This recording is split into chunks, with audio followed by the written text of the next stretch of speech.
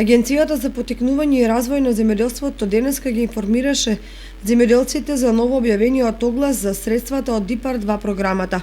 Сите земјоделци и агробизнисмени што сакаат да конкурираат за инвестиции за преработка и производство на млеко, месо и нивни производи, вклучувајќи јајца и живина, потоа овошје, зеленчук, житарици и вино, може да испратат потребната документација за аплицирање на повикот. Од 28 декември 2019 година е пуштен јавниот повик по ИПАРД-2 програмата и тоа за мерка број 3 инвестиции во материјални средства за преработка и маркетинг на земјоделски и рибини производи.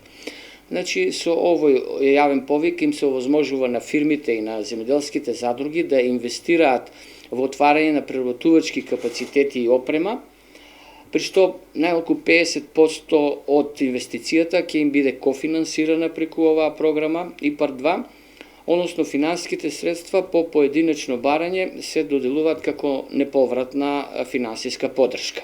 Сите заинтересирани земјоделци барањето може да го достават во Агенцијата за поддршка на земјоделството и руралниот развој, а средствата се обезбедени од ИПАРД-2 програмата. Телото за управување со ИПАРД во соработка со платежната агенција и со Агенцијата за поттикнување на развојот на земјоделството ќе организираат инфоденови во врска со овој јавен повик за подобро да им се доближи и да објасни оваа мерка на сите потенцијални кандидати кои што сакаат да аплицираат.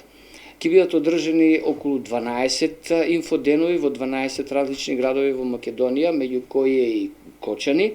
Во Кочани ќе биде одржана оваа инфосесија на 28 јануари со почеток во 11 часот. Целта е да се создадат услови за развој на малите и средните предпријатија како важен фактор за раст на домашната економија и пласма на домашните земјоделски производи во странство.